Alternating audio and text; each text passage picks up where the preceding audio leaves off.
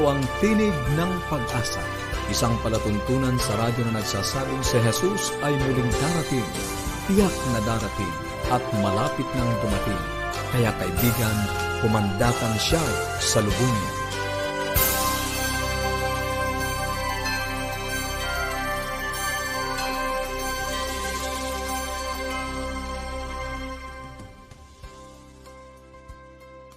Magandang umaga mga kaibigan at puno ng pagpapalang araw po ng Sabbath sa inyong lahat. Napaka-espesyal po ng araw ng Sabado, lalo na po para sa amin sapagkat ito yung pagkakataon natin na maglaan ng espesyal na panahon para bigyan ng papuri at pagsamba ang ating Panginoong Diyos. Ang aking pong tanong sa inyo ay paano tayo mabubuhay ngayong araw na tayo ay nagiging pagpapala sa iba. Alam niyo po yung we are living to bless others. Yan dapat yung benchmark natin bilang mga Kristiyano. Atin pong kinikilala tayo ay mga Kristiyano.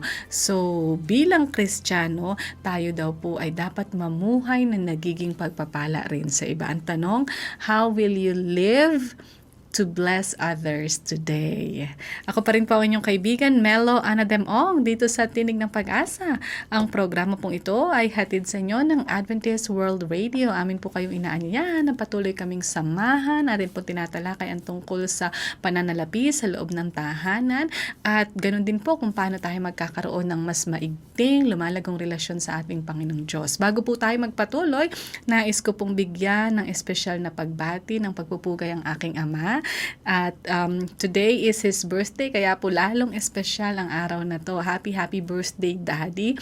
I'm just so proud to be called your daughter. Kapag sinasabi ng ibang tao na kamukha daw ako ng tatay ko, deep inside, okay naman sa akin. Masaya naman ako. Okay. So, happy birthday, Dad. Sana po ay patuloy kayong, kahit retired na kayo, patuloy pa rin kayo sa paglilingkod at manatili kayong malakas, matalas ang isipan, at malusog higit sa lahat. Okay, tayo po ay magpapatuloy. Kami po ay namimigay pa rin ng mga aklat at aralin sa Biblia sa inyo po na mga nagnanais makatanggap. Kayo po ay makipag-ugnayan lamang sa amin. Tawag lang po or text sa 0917-174-2777. Ulitin ko, 0917-174-2777.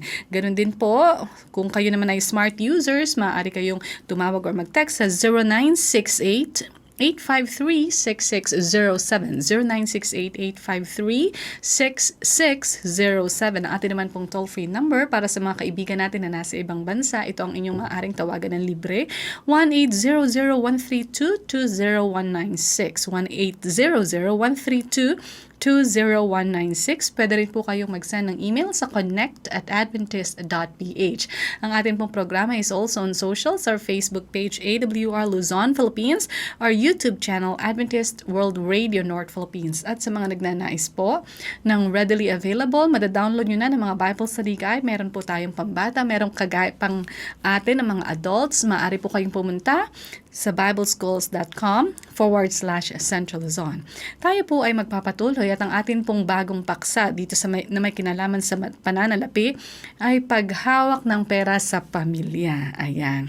Yung po bang pamimera ay nagki-create, nagiging dahilan ng hindi pagkakaunawaan, ng tensyon sa loob ng ating sambahayan? Sino ba dapat ang talagang hahawak ng finances sa tahanan? Kasi sabi natin, di ba yung mga dati nating alam, parang babae dapat ang nagbabudget. Yan po ang ating aalamin sa ating pag-aaral ngayon. Paghawak ng pera sa pamilya, ibigay po natin ang panahon kay Ma'am Fiji. Magandang araw pong muli sa inyong lahat, mga ginigiliw na mga tagapakinig at tagapanood ng ating programa. Ngayon po ay meron tayong ibang pag-uusapan. Subalit bago po yan ay bumabati po ako sa aking mga kaibigan na nanonood ngayon, sa aking mga pamilya, sa mga kamag-anak, sa mga kaiglesia, na nawa po kayo ay nasa magandang kalagayan sa araw na ito, gumising ng malusog at masaya. At sa ating pagpapatuloy ng may kinalaman pa rin sa pera sa pamilya, pag-aaralan po natin ibabahagi ko sa inyo ang may kinalaman sa paghawak ng pera sa pamilya. So, Sino ba ang dapat humawak ng pera? Alam niyo po, sa Biblia ay 40% ng nakatalang kwento ni Kristo ay may kinalaman sa pera. Meron doong isang Panginoon na nagbilin sa kanyang mga tauhan, sa kanyang mga alipin na binigyan sila ng talento. Merong binigyan ng 5 talento, 2, 1, at noong kumustahin noong amo kung kumusta yung kanyang ibinigay sa kanyang mga alipin, ay ang sabi ng isa, binigyan mo ako ng 5 talento. Heto, ako'y nakinabang ng 5 pang talento. Tumubo yung ipinagkatiwala sa kanya. Ang sabi ng kanyang amo ay, magaling, mabuti, at tapat na alipin. Yun naman pong binigyan ng 2 talento, ang sabi niya, heto ako'y nakinabang ng 2 pang talento. Ang sabi ng amo, magaling, mabuti at tapat na alipin. Subalit yun pong isang binigyan ng kaisa-isang talento, ang sabi niya, Panginoon, alam kong ikaw ay taong malupit, kaya't ako'y natakot at umalis at itinago ko sa lupa ang talento mo. Ano pong sabi niya? Heto, iyo na ang sayo, sabi. Ikaw na masama at tamad na alipin. Yan. So kapag tayo ay pinagkatiwalaan ng pera, o paano natin ito pangangasiwaan, meron pong sikreto ng kung paano ang paghawak ng pera. Ang una pong sekreto ay gamitin ang plano ng 2 magkapareha. Sa ating tahanan, ilan ba yung tayong mag-asawa, tayo yung magkapareha. So, meron ditong 4 na pagpaplano sa paggastos ng pera. Alin po kaya ang ating ginagamit dito? Anong ginagamit nyo? Yung plan A ay one boss plan. Dito po sa one boss plan, isa lang yung kumikita, isa lang yung nagtatrabaho. Kaya lamang, laging sinasabi niya, ito'y pera ko. Gagamitin ko ito kung saan ko gusto. At wag mo akong tatanungin. Ako ang nagtatrabaho. So, sa planong ito, ang asawa ay tumatanggap kung magkano lang ang iabot ng asawa. At walang alam sa kita ng asawa. Wala ring alam sa gastusin, yun ding asawa ang nagmamaniobra ng paggastos. Kasi siya yung kumikita. At hindi to ang plano ng Diyos sa isang masayang pamilya. Hindi ito ang plano ng Diyos para sa pamilya. So, alam ninyo, ang sabi po sa Mateo 20:25 and 26, alam ninyo na ang mga pinuno ng mga hintil ay nangingibabaw na Panginoon sa kanila.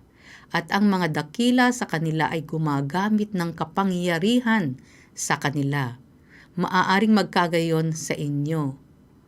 Pero dapat sa ating tahanan, hindi ganon. So, nararanasan niyo po ba ito? Sino ang ganito ang sistema sa kanyang pamilya? Walang say ang babae. Tatanggap lang siya kung may iaabot sa kanya. Sa mga gastusin, ang namamahala ay ang asawa. Nararanasan niyo po ba ito? Dumako tayo sa plan B. The two boss plan. Yun naman po ay pareho silang may trabaho. Pero sabi, akin itong pera, sabi naman ng isa. So, ang kita ng bawat isa ay lihim. Kanya-kanyang bayad ng gastusin. O ikaw ang magbayad sa utilities, sa telepono, sa tubig, kuryente, LPG. Ako ang magbabayad sa tuition, ganito at ganyan. So, kapag ka nagtanong, nasan ang pera? Nasaan ang pera mo? Mamaya, away, naghahanapan. Mga ginikiliw na mga tagapakinig at tagapanood, hindi po yun ang plano ng Diyos para sa pamilya. Kasalangat ito sa pilosopiya ng pag-aasawa. Ang sabi po sa Mateo 19:6, kaya hindi na sila 2, kundi isang laman. So, dapat tayo ay magkasama, hindi kanya-kanya. Di po ba? Ang Plan C. Ano po ba itong Plan C? Ito po sa Plan C ay may two-partner plan. Hindi ito iyong pera, hindi sa aking pera. Ito'y ating pera. So, ito'y ating kita. Kahit na yung sweldo ng asawa o alinman ay mas maliit o malaki, pinagsasama. Ito'y ating kita. Ang pangunahing gastusin ay magkasamang pagdedesisyonan. Yan. Yung sweldo ng babae, ng lalaki, i-combine. Pagkatapos, yung mga gastusin, magkasama silang magdidesisyon ng mga prioridad nila. Ang pagbabudget ay gagawing magkasama. Parehong may say sa pagbabudget. Ang pag-utang ay magkasama ding pagdedesisyonan. Hindi si Mr. lang, hindi si Mrs. lang. At lalo't higit ay huwag tayong maglilihim na tayo pala ay may utang, hindi alam ng bawat isa. Ganon din sa pag-iipon ng pera. Saan i-invest, saan dadalhin, saan ilalagak. Dapat pareho kayong nagdesisyon. Ito ang plano ng Panginoon para sa pamilya. Maliban kung alinman sa mag-asawa ay inaaksaya ang pera sa pagsusugal, sa paglalasing, paggamit ng bawal na gamot, hindi ito mabuti. Ang planong ito ay hindi mabuti na ganun. Dapat ay ingatan yung kapag ikaw ay may bisyo, dapat ay doon sa magiging maayos ang inyong pananalapi. So, secret number 2. Ang secret number 2 po ay practice the senior partner plan. And this is the best plan. Ang Diyos ang may-ari ng lahat ng bagay dito sa sanlibutan. Ang sabi sa Haggai 2:8, akin ang pilak at akin ang ginto, sabi ng Panginoon ng mga hukbo. Tayo po ay katiwala lamang ng ating mga tinatanggap ng ating mga ari-arian. Ang sabi sa 1 Corinthians 4:2, bukod dito, kailangan sa mga katiwala ay matagpuang tapat. Ayan. Kung ano yung ipinagkatiwala sa atin, ay aayusin natin ang paggamit. Alam niyo po, sa Eden, ang simbolo ng pagkamay-ari ng Diyos ay ang puno. Yun pong puno ng pagkakilala ng mabuti at masama. Ang sabi sa Genesis 2:16 and 17, at iniutos ng Panginoon Diyos sa lalaki na sinasabi, malaya kang makakakain mula sa lahat ng punong kahoy ng halamanan, subalit mula sa punong kahoy ng pagkakakilala ng mabuti at masama ay huwag kang kakain. So, ibig sabihin, ang Diyos nga ang may-ari ng mga nilalang dito sa lupa. Ngayon, ang simbolo ng pagkamay-ari ng Diyos ay ang ikasampung bahagi. Sa Leviticus 27:30 and 32, ang sabi po dyan, lahat ng ikasampung bahagi ng lupain, maging sa binhi ng lupain o sa bunga ng punong kahoy ay sa Panginoon. At lahat ng ikasampung bahagi ay banal sa Panginoon. Ano po ba yung ikasampung bahagi? Yung pong ikasampung bahagi ay halimbawa, kumita ka ng 10 piso, ang piso ay sa Diyos. Kung kumita ka ng 100, ang 10 pesos ay sa Diyos. Kung kumita ka ng 1,000, 100 pesos ang sa Diyos.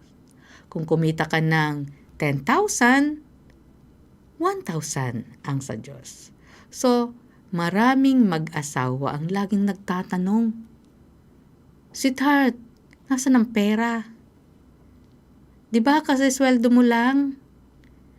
Ang sabi ay, kayo'y naghahanap ng marami at nakakakita ng kaunti. At nang inyong dalhin sa bahay, iyon ay aking hinipan. Bakit? Sabi ng Panginoon ng mga hukbo. Dahil sa aking bahay, nananatiling wasak, samantalang tumatakbo ang bawat isa sa inyo sa kanya-kanyang sariling bahay. Hagay 1:9. So, nararanasan po ba ninyo sa pamilya nyo ang ganito? Na trabaho ng trabaho, pero parang walang nangyayari. Parang dumaadaan lang sa kamay ang sweldo. May nagsasabi nga na ang sweldo ay para lang monthly period. Buwan ang dumadating, pero pagdating ng 3 to 4, 5 days ay tumitigil na. Ibig sabihin wala na. Trabaho ng trabaho pero laging kulang pa rin. So, ang tiyak pong formula ay ang ikasampung bahagi at mga handog. Sabi po sa Malakiyas 3:8, nananakawan ba ng tao ang Diyos? Gayon may ninanakawan ninyo ako. Ngunit, inyong sinasabi, paano namin ninanakawan? Sa mga ikasampung bahagi at mga handog. Yan. So, alam niyo po, mayroong pagpapalang sinasabi ang Panginoon sa Malakiyas 3:10. Pakinggan niyo po ito. Dalhin ninyo ang buong ikasampung bahagi sa kamalig upang magkaroon ng pagkain sa aking bahay. At sa gayoy subukin ninyo ako, sabi ng Panginoon ng mga hukbo. Tingnan ninyo kung hindi bubuksan para sa inyo ang mga bintana ng langit. At ibubuhos ko sa inyo ang isang pagpapala na walang sapat na kalalagyan. Subukan po natin ang Panginoon. Ang Panginoon ay magbibigay sa atin ng mga pagpapalang hindi natin akalain kung tayo magtatapat sa Kanyang sinasabi, sa Kanyang ipinagkakatiwala sa atin. Mga kapatid, mga ginigiliw na mga tagapakinig at tagapanood, sino po ang Diyos sa atin? Siya ba ay huli o una? Mga minamahal, nawa po ito ay magsilbing gabay sa atin kung paano na tayo magiging tapat na katiwala ng mga ibinigay sa atin ng Panginoon. Maging tapat tayo at tiyakong tayo ay pagpapalain, hindi tayo pagkukulangin sa lahat ng ating mga pangangailangan. Muli, magandang araw at sana'y kayo pagpalain ng ating Panginoon. Maraming salamat po, Ma'am VG. Kanina tinanong ko, sino ba dapat yung magmamanage, magtitake ng lead, magde-decide sa family finances. Nabanggit po ni Ma'am VG yung tungkol sa planning. Meron tinatawag na one boss plan, kung isa lang ang nagtatrabaho. Usually, kung sino yung may trabaho, okay, akong bahala dito sa finances, akong magsasabi kung ano yung mga kailangan, ano yung mga bibilhin, which is not very ideal. Meron po tayong tinatawag na two boss plan. Ito naman yung pareho tayong nagtatrabaho, pera mo, pera ko. Gastusin mo, gastusin ko. Tapos mag-a-assign tayo. Okay, ikaw dito sa enrollment, ikaw dito sa mga tuition fees, ako sa mga pagkain, utilities, mga ganon. And while that's workable, hindi rin yung ideal na setup as a family kasi yun ay kanya-kanya. At yung last, yung two-partner plan. So, hindi yun pera ko to, hindi pera mo yan, kundi pera natin ito. Ibig sabihin, pag partner, we consider each other. Sa ating pagpaplano, ating pagsisaves, ating mga gagastusin, nagkukonsulta tayo sa isa't isa. As a couple, tayo nag-uusap. Kasi alam niyo po, ang sabi sa mga pag-aaral, yung financial problems, isa yon sa major cause ng problema sa mag-asawa na minsan nagre-resulta sa paghihiwalay. Usually, nangyayari yun kapag hindi natin isinangguni sa ating partner yung mga issues ng pamimera. Minsan may mga gastusin tayo, umutang pala tayo, and we kept the other person in the dark. Nagkukos po yun ng problema sa loob ng pamilya. That's why we always have to make decisions as a team. Ito po ay magandang paalala, lalo na kung tayo nga po ay mag-asawa, pamilyado tayo, may mga sambahayan. Nabanggitin po ni Ma'am VG that our first financial priority, hindi lang yun sa finances sa every area ng buhay natin should be ang Panginoon at ang kanyang gawain. Nangangahulugan po na binanggit niya yung tungkol sa pagbabalik. Ikikilalanin natin na ang Diyos ang nagbibigay nito, kaya merong porsyento na para sa Kanya. We give to God first and foremost.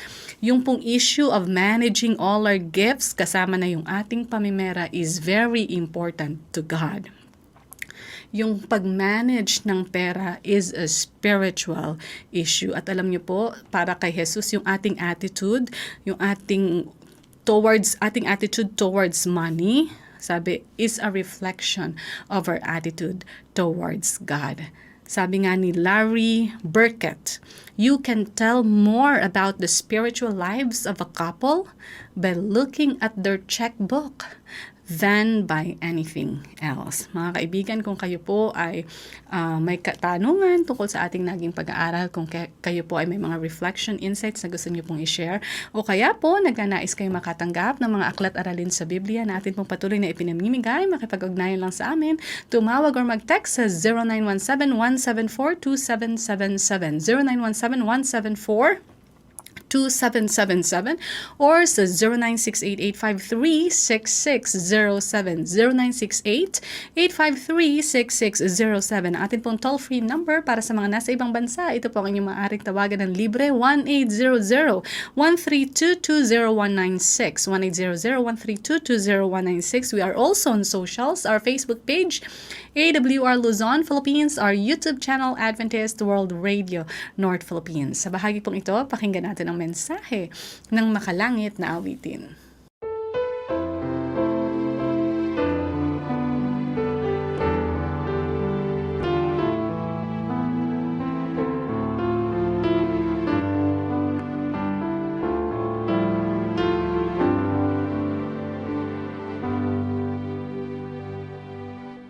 We are God's children, united in Christ. We grow in spirit, in heart and in mind. Together we grow in faith and in love. Together we stand for Christ as one.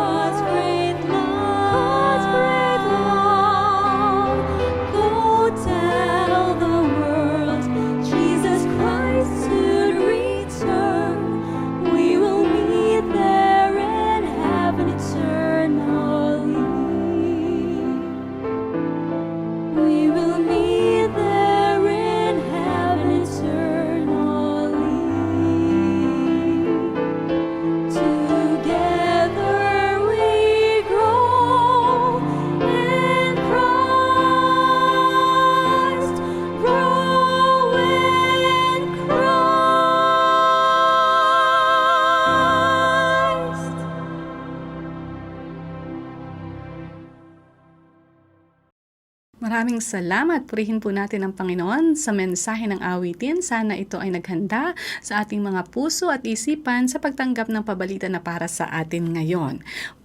Tayo po ay nagpapatuloy sa pag-aaral natin dito sa ating series ng mga kalalakihan sa banal na kasulatan, particular po dito sa Bagong Tipan. At ngayon po ang pag-uusapan natin ay si Philip. Sino po ba itong si Philip the Evangelist? Sapagkat sa banal na kasulatan ay meron dalawang Philip na prominent na binanggit. Ano ang sinasabi ng banal na kasulatan tungkol sa kanya at tungkol sa kanyang gawain na ginawa niya during the early days of the church? Ano po? And ano yung mga lessons na maaari nating makuha para sa ating mga sarili? Pwedeng mag-inspire sa atin bilang mga manggagawa ng Diyos. Philip, the hitchhiking deacon. Ibigay po natin ang panahon kay Pastor Romy. Kumusta ka, kaibigan? Napakabuti ng ating Diyos. Ano pat sa araw-araw kanyang pinaparanas ang kanyang dakilang pag-ibig, ang kanyang maraming pagpapala. Muli, narito ang iyong kaibigan sa teleradyo, Pastor Romeo Mangiliman, na nagsasabing, napakabuti ng Diyos, kaibigan. Patuloy tayo sa ating pag-aaral sa Biblia. Ito ay may kinalaman pa rin sa Aklat ng Gawa. Ang Aklat ng Gawa ay naglarawan sa gawain ng Banal na Espiritu. Noong tinanggap ng mga alagad ang kapangyarihan ng Banal na Espiritu, sila ay naging saksi ng ating Panginoon sa iba't ibang dako sa lahat ng mga tao noong panahon na yon. At ang wika ni Apostol Pablo sa Colosas, natapos ang pangangaral ng Ebanghelyo noong panahon na yon. Na samantalang wala namang mga PA system, walang mga telepon, walang mga sakyan na mabibilis, subalit sa kapangyarihan ng Santong Espiritu ay naipangaral ang Ebanghelyo sa lahat ng mga tao. At sa pangyayaring ito ngayon, dahilan sa pagkatapos na tinanggap ng mga alagad ang kapangyarihan ng Santong Espiritu, isang araw ang nabibinyagan 3,000 at merong 5,000 at maraming mga kabalaghan ang nangyari sapagkat ang mga lumpo ay nakakalakad, may mga patay na nabubuhay sa kapangyarihan ng ating Panginoong Hesus na nabayubay sa krus. Kaibigan, noong ang iglesia ngayon ay dumarami ang bilang, sila ay nagkakaisa, subalit ayaw ng kaaway na ang gawain ng Diyos ay magpapatuloy na matagumpay na wala siyang gagawin na balakid. Kaya nga, nagkaroon ngayon ng suliranin sa loob ng iglesia. Ayon sa Aklat ng Gawa, Kapitulo 6, ating simulan sa 1. Nang mga araw ngang ito, nang dumami ang bilang ng mga alagad, nagreklamo ang mga Helenista laban sa mga Hebreo sapagkat ang kanilang mga babaeng balo ay napahabayaan sa pang-araw-araw na pamamahagi. Tinawag ng 12 ang buong kapulungan ang mga alagad at sinabi, hindi nararapat na aming pabayaan ang salita ng Diyos at maglingkod sa mga hapag.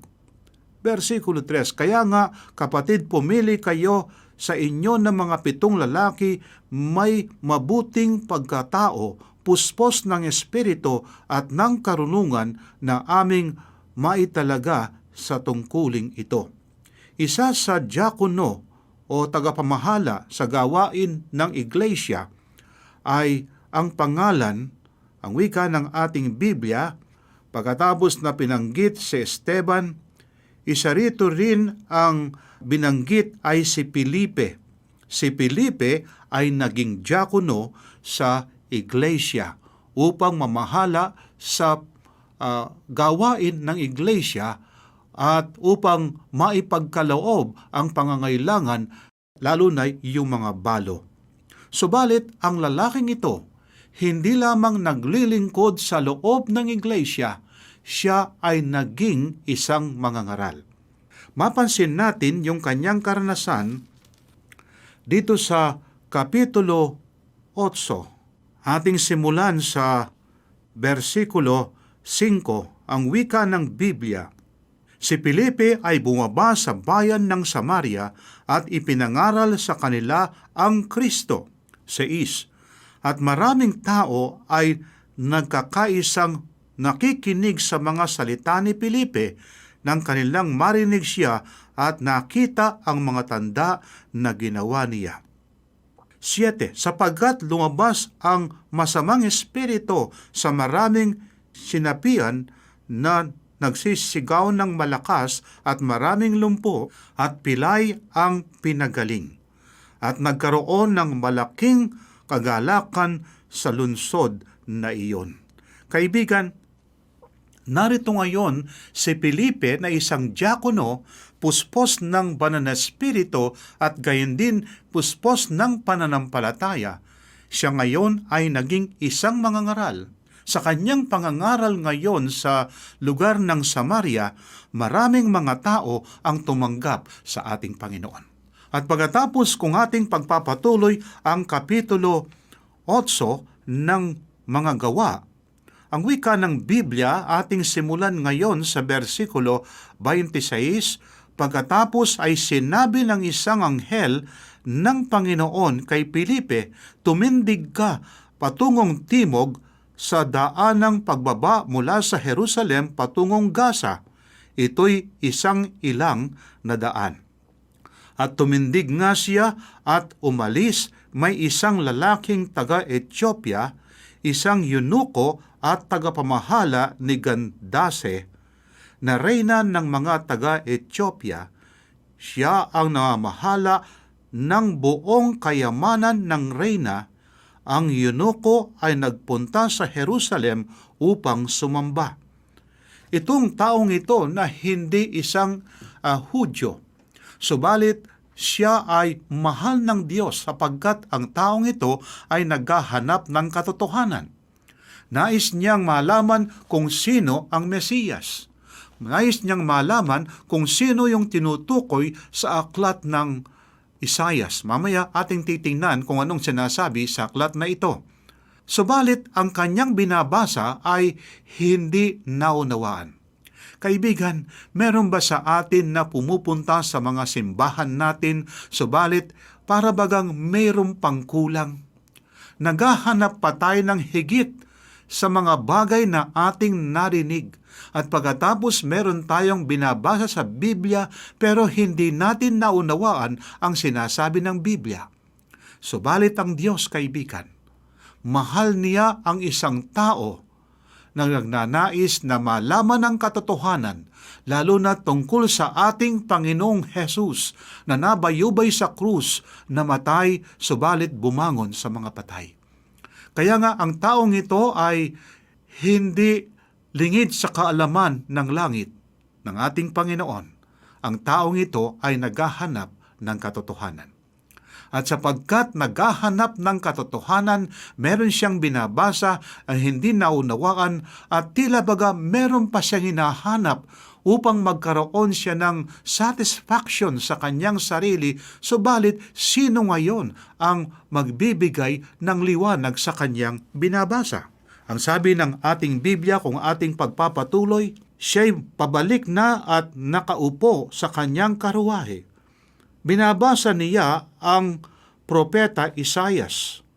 Sinabi ng Espiritu kay Felipe, lumapit ka at makisakay sa karuwaheng ito, kaya't tumakbo si Felipe doon at kanyang narinig na binabasa niya si Isaias na propeta na sinasabi niya, naunawaan mo ba ang binabasa mo? Sinabi ni Felipe, paano nga malibang may tumulong sa akin? At kanyang inanyayahan si Felipe na umakyat at maupo kasama niya. Ang bahagi ng kasulatan na binasa niya ay ito, tulad ng tupa na dinala sa katayan at sa isang kordero na hindi umimik sa harap ng kanyang manggugupit, gayon din hindi niya ibinuka ang kanyang bibig. Ito ay nasa bahagi ng aklat na sulat ni Propeta Isaias. Tingnan natin kaibigan, saan ba sa Isaias aklat na ito ang binabasa ng lalaking ito? Kaibigan, ito ay nasa Isaias 53, versikulo 7, ang wika.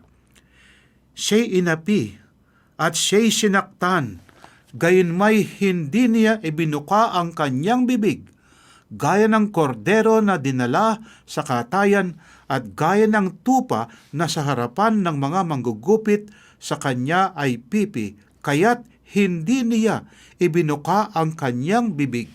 Kaibigan, ang bahaging ito kung bakit ang aklat ng Isaias ay sinasabi ng mga mag-aaral sa Biblia, ito ang ebanghelyo sa matandang tipan.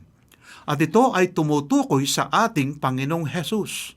Gustong malaman ng lalaking ito na isang yunoko na sino ba itong tinutukoy sa aklat ni Propeta Isaias. Kaibigan, marami sa ating paligid ngayon mga taong nais malaman ang katotohanan. Marahil sila ay pumupunta sa kanilang mga simbahan, subalit hindi sila nagkakaroon ng talagang satisfaction sa kanilang mga buhay at nais nilang malaman kung ano ang tinutukoy na katotohanan ng banal na kasulatan. Alam natin na tayo nakapag-aral sa Biblia, ang tinutukoy walang iba kundi ang ating Panginoong Hesus. Siya ang kordero ng Diyos na nag-aalis ng kasalanan ng sanlibutan. Pero ang lalaking ito hindi naunawaan ang kanyang binabasa. Kaya nga sapagkat hindi naunawaan ang kanyang binabasa ngayon, ang sabi nga sa versikulo 29 ng aklat ng Gawa, Kapitulo 8, sinabi ng Espiritu kay Felipe, lumapit ka at makisakay sa karuwaying ito. Kaya't tumakbo si Felipe doon at kanyang narinig na binabasa niya si Isaias na propeta at sinabi niya, naunawaan mo ba ang binabasa mo? Sinabi ni Felipe, paano nga ba malibang may tumulong sa akin? Ito yung sagot. At kanyang inanyayahan si Felipe na umakyat at maupong kasama niya. Kaibigan, noong ngayong ipinaliwanag ni Felipe kung ano ang binabasa ng lalaking ito at naging maliwanag sa kanya sapagkat si Felipe ay puspos ng Banal na Espiritu at ang Banal na Espiritu sa magitan ni Felipe ngayon ang nagbigay ng liwanag kung ano ang kahulugan ng kanyang binabasa.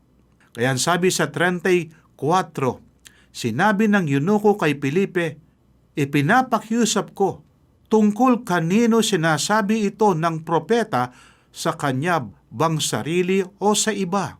Nagpasimulang magsalita si Felipe at simula sa kasulatan, ito ay ipinangaral niya sa kanya ang magandang balita ni Jesus. Nangangulugan yung ebanghelyo ng ating Panginoon sapagkat ang ibig sabihin ng ebanghelyo, yung gospel, ay mabuting balita.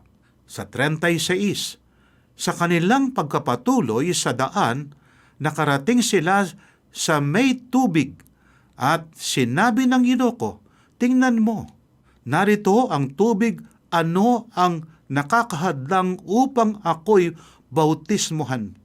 At sinabi ni Felipe, kung nananampalataya ka ng buong puso ay mangyayari, sumagot siya at sinabi, sumasampalataya ako na si Jesus ay anak ng Diyos. Iniutos niyang itikil ang karwahe at lumusong si Felipe at ang eunuko sa tubig at binautismuhan siya ni Felipe. Kaibigan, itong pangyayaring ito, nang sabi ng eunuko, ano bang nakakahadlang para ko ay hindi binyagan o bautismuhan? At ang tanong ngayon ni Felipe, ikaw ba'y sumasampalataya? At ang kanyang katugunan, siya ay sumasampalataya ng buong puso. Kaibigan, bunga ng kanyang pananampalataya, tinanggap niya si Jesus na ating tagapagligtas, Panginoon ng ating mga buhay. At sapagkat kanyang nalaman ang kordero ng Diyos, walang iba kundi ang ating Panginoong Jesus, ngayon nais niya ngayong tanggapin ang Panginoon sa kanyang buhay. At ang tanong, siya ba ay nananampalataya? Ang sabi niya, ako ay sumasampalataya ng buong puso. Kaibigan, bunga ng sumasampalataya ang lalaking ito. Nais niyang ipakita ngayon bunga ng kanyang pananampalataya na siya ay tatanggap sa ating Panginoon sa magitan ng banal na bautismo. Kaibigan, hindi sapat na tayo ay nananampalataya. Kinakailangan ng ating pananampalataya ay magkaroon ng gawa, magkaroon ng bunga, at ang kanyang pagkabinyag, ito ay bunga ng kanyang pananampalataya sa ating Panginoon. Meron pang katotohanan, kaibigan, ang binabanggit sa pangyayaring ito. Kung ang isang tao ay bibinyagan sapagat ang sabi ng Biblia, isang pananampalataya, isang Panginoon, at saka isang binyag. Ano bang klaseng binyag o bautismo ang tinatanggap ng ating Panginoon? Ang ibig sabihin ng baptism sa wikang Grego ay baptiso, nangangulugan ito ay lubog. Kung winibisik lang ang kailangan, ay ito ay baptism din, kaibigan. Bakit kailangan silang kapwa lumusong sa tubig? Kinakailangan ang nagbibinyag at ang binibinyagan ay lulusong sa tubig para ilubog sa tubig ang isang taong may pananampalataya. Kaya nga, sila ay kapwa lumusong sa tubig.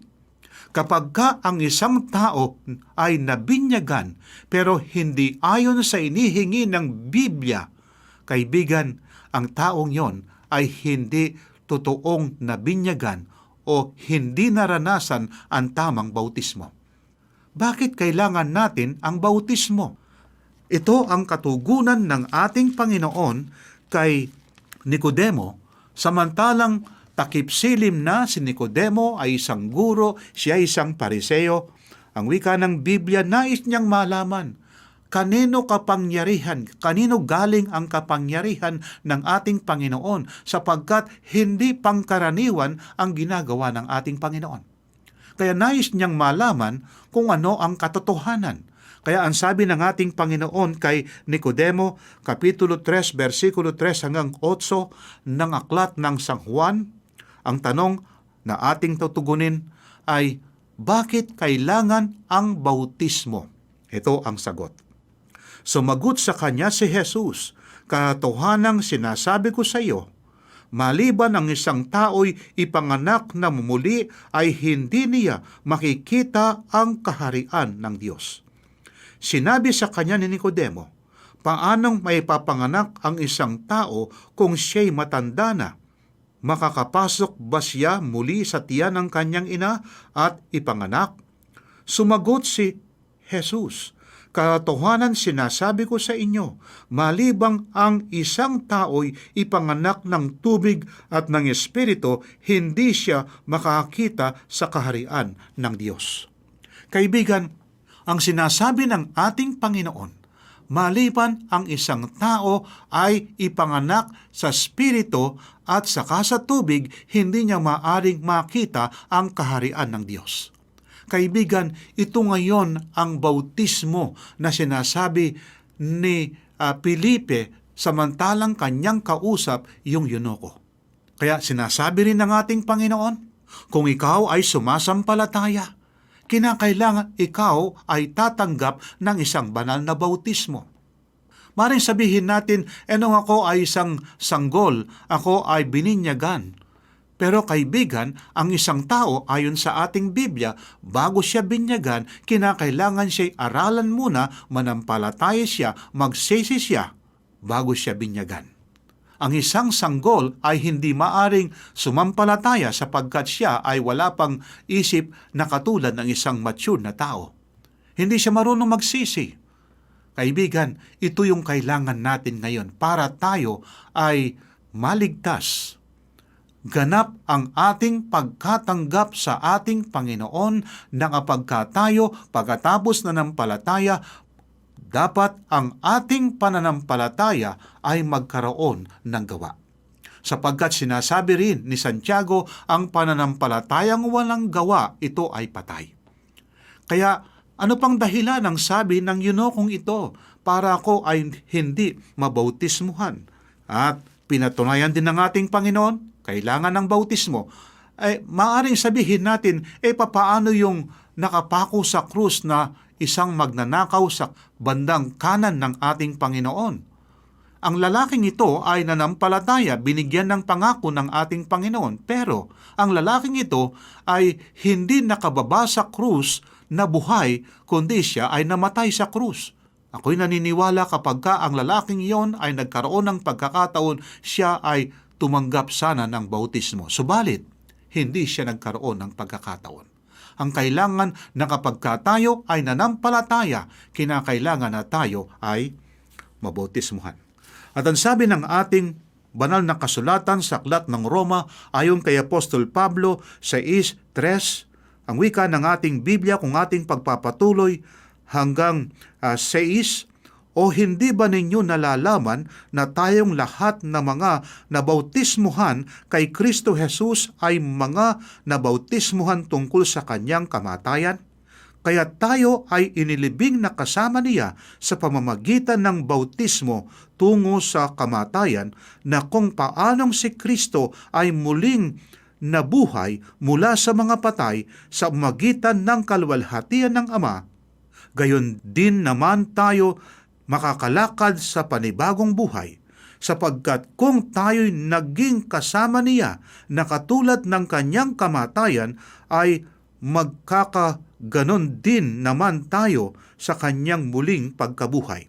Nalalaman natin na ang ating dating pagkatao ay kasama niyang ipinako sa krus upang ang katawang makasalanan ay mawala ng bisa at upang tayo hindi na magpaalipin pa sa kasalanan.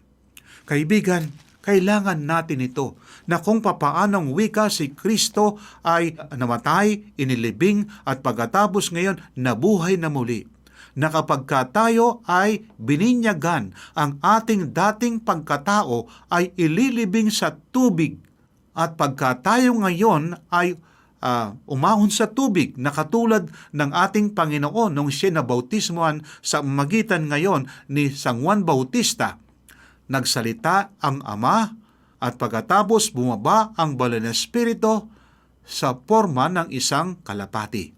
Kaibigan, kailangan natin ito. Nais nating makita ang kaharian ng Diyos. Ang Diyos, sinasabi niya na tayo ay kinakailangan mabautismuhan. Kaibigan, ikaw ba ay nabinyagan na ng tunay na bautismo? Ito yung katotohanan na kailangan natin ngayon.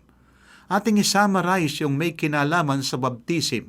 Sila ang wika ay kapwa lumusong sa tubig. Bakit? Kailangan ilibing ang dating pagkatao. At kapag ikaw ngayon umahon sa tubig, ikaw ay isang bagong nilalang. At kailangan ng bautismo sapagkat ikaw ay sinabihan ng ating Panginoon, kung nais mong makita ang kaharian ng Diyos, kinakailangan ngayon ipanganak ka sa tubig at sa Espiritu.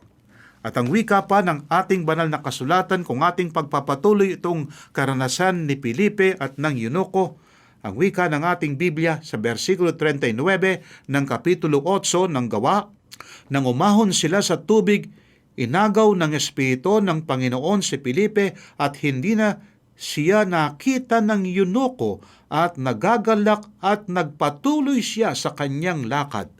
Nagkaroon siya ng satisfaction sa kanyang sarili sapagkat naunawaan niya ang katotohanan at tinanggap si Kristo na siyang ating tagapagligtas. At ang sabi sa versikulo 40, na magwawakas dito yung may kinalaman sa kay Felipe, ngunit natagpuan si Felipe sa Azotus sa pagdaraan ay ipinangaral niya ang ebanghelyo sa lahat ng mga bayan hanggang sa makarating siya sa Cesarea. Kaibigan, ang lalaking ito, puspos ng banal na espiritu, may pananampalataya siya, at bunga ng kanyang pananampalataya, kanyang ibinahagi ang katotohanan sa iba. Handa ka ba, kaibigan, ibahagi natin ang katotohanan na may kinalaman sa ating Panginoong Hesus? Bago tayo ngayon manalangin, nais kong basahin muna natin ang aklat ng Pilipos 4, 6 at 7. Huwag kayong mabalisa sa anumang bagay, kundi sa lahat ng mga bagay sa pamamagitan ng panalangin at pagsamon na may pagkapasalamat ay ipaalam ninyo ang inyong mga kahilingan sa Diyos, at ang kapayapaan ng Diyos na hindi maabot ng pag-iisip ang mag-iingat ng inyong mga puso at mga pag-iisip kay Kristo Jesus. Kaibigan, meron ka bang pasanin sa iyong buhay? Meron bang mga hamon ngayon sa buhay mo? O merong mga suliranin na bumabagabag sa iyo? Kaibigan, ang ating Diyos ay nakikinig sa ating mga panalangin. Tumutugon ang ating Panginoon. Ibulong mo sa Panginoon. At tayo ngayon ay manalangin. Mapagpala at dakila po naming Diyos, muli po kaming lumalapit sa oras na ito upang purihin, pasalamatan po namin kayo. Dakilan Diyos, kailangan po namin na tanggapin ang aming Panginoon na aming tagapagligtas. At bunga ng aming pananampalataya, kung kami ay sumasampalataya, kinakailangan naming lubos na tanggapin ang aming Panginoon na bilang isang tagapagligtas. Kinakailangan, O Diyos, sa bawat sa amin na bilang inyo pong utos ang hindi pa nabinyagan ng tunay na bautismo ay kinakailangan binyagan. Subalit kinakailangan manampalataya bago binyagan, magsisi sa kanilang mga kasalanan at bibinyagan sa maraming tubig. Dakilan Diyos, pagpalain po ang aking kaibigan. Ingatan po siya, pagpalain siya sa araw-araw, O Diyos. Pagpalain po ang kanyang hanap buhay, ang kanyang buong sambahayan. Marami pong salamat na inyo pong tinanggap ang aming panalangin. Sa pangalan po ng aming Panginoong Hesus. Amen. Kaibigan, mahal ka ng Diyos. Pagpalain ka nawa ng ating Panginoon. Maraming salamat po, Pastor Romy. Bibigyan ko pong linaw yung Philip na pinag-uusapan natin dito sapagkat nabanggit ko nga po, meron dalawang Philip. Yung isang Philip ay yung pong disciple ni Jesus. Kasama siya ng 12 disciples na siya yung tumawag kay Nathaniel. Tatandaan po natin si Philip. At ang isa pong Philip ay ito. Ito po ay, siya ay deacon o diakono noong early church. Kaya po, sila po ay magkaiba. Ang tinutukoy po natin dito sa ating pag-aaral ay yung deacon na Philip at hindi po yung disciple na Philip. Ito pong si Philip ay siya ang nangaral ng mabuting balita sa mga Samaritano. Siya yung may courage na magbinyag, yung doon sa eunuch na Ethiopian na nabanggit po ni Pastor. Napakalinaw ng instruction na tinanggap ni Philip mula sa Diyos. Na pumunta ka doon at may makikita kang ganito, eunuch. So very clear yung instructions sa kanya. That's how God led the way for Philip. At nakita po natin sa ating pag-aaral si Philip, nung nakita niya yung eunuch, sumabay siya dun sa karawahe na yon. Itong eunuch na to, mataas ang katungkulan niya. Nakita niya nagbabasa ang eunuch ng banal na kasulatan. Anong introduction ni Philip? Naunawaan mo ba yung iyong binabasa? Anong sagot ng eunuch? Paano ko ito maunawaan? Kung wala naman nagpapaunawa sa akin, nung panahon po yun, ang kanyang binabasa ay nasa aklat ng Isaiah. Sa madaling salita, ipinaliwanag ni Philip. Napakaganda po ng sinasabi ng banal na kasulatan na ang hinighlight niya sa kanyang explanation, sa kanyang pagpapaliwanag ay si Jesus. Si Kristo yung naging mensahe ni Philip. At alam niyo po, Christ should be the very message that we preach. At pagkatapos po, to make the story short, agad-agad tinanggap nung eunuch na yon si Jesus at nagpabinyag. Ito po ang naging ministeryo ni Philip. Naging handa rin siyang maging misyonero doon sa mga hintil, sa ating tinatawag na talagang hindi nila nakilala si Jesus at pero dahil po sa kanyang ministry, napaabutan ng pabalita, ng mabuting balita, pati po yung mga Gentiles. Mga kaibigan, kung kayo po ay may katanungan sa ating naging pag-aaral, may pagnanasa kayo na magsaliksik ng mas malalim ng banal na kasulatan, makipag-ugnayan po kayo sa amin. Ganun din po kung nais niyo makatanggap ng mga aklat aralin sa Biblia na patuloy po nating ipinamimigay. At kung meron naman po kayong mga prayer request, huwag po kayong mag-second thought na ipadala rito. Meron po tayong prayer team na handang sabahan kayo. Maaaring hindi po natin ito binabanggit isa-isa on air, pero they pray behind the scene, behind the camera, ay handa po silang samahan kayong ilagak ang inyong mga kahilingan sa ating Panginoon Diyos. Higit sa lahat mga kaibigan, meron tayong Diyos Ama sa langit na sa tuwi-tuwi na ay nakikinig at nagmamalasakit sa atin. Tumawag lang po kayo or mag-text sa 0917-174-2777, 0917-174-2777 or sa 0968-853-6607, 0968-853-6607. Atin pong toll-free number 1-800-132-20196, 1-800-132-20196. Pwede rin po kayo mag-send ng email sa connect@adventist.ph o kaya naman po mag-iwan ng mensahe, komento sa ating mga social media pages, our Facebook page, AWR Luzon, Philippines, our YouTube channel, Adventist World Radio, North Philippines. Sa mga nagnanais po ng readily available, downloadable na Bible Study Guide, maaari kayong pumunta sa bibleschools.com/Central Luzon. Muli mga kaibigan, happy Sabbath po sa inyong lahat. Maraming salamat sa inyong patuloy na pagsubaybay. Magkita-kita po tayo bukas.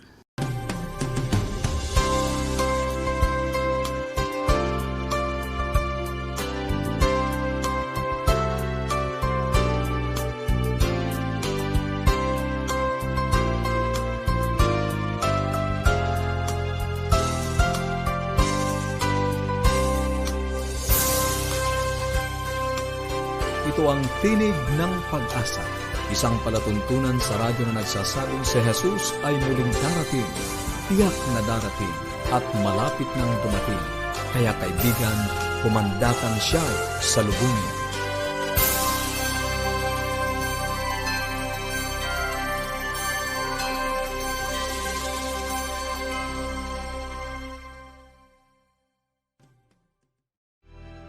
Then Esther sent this reply to Mordecai. Go and gather all the Jews who are in Susa together, and pray and fast for me. Do not eat or drink anything for 3 days and nights. I and my maidens will fast as you do. After that, I will go to the king, even though it is against the law. And if I perish, I perish.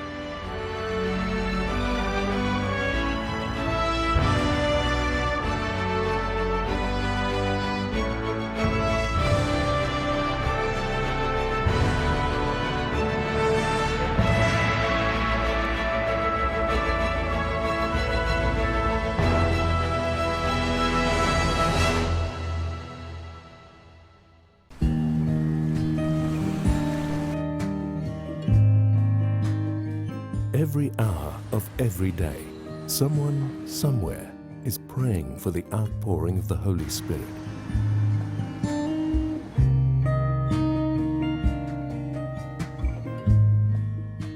"777", praying at 7 a.m. and 7 p.m., 7 days a week.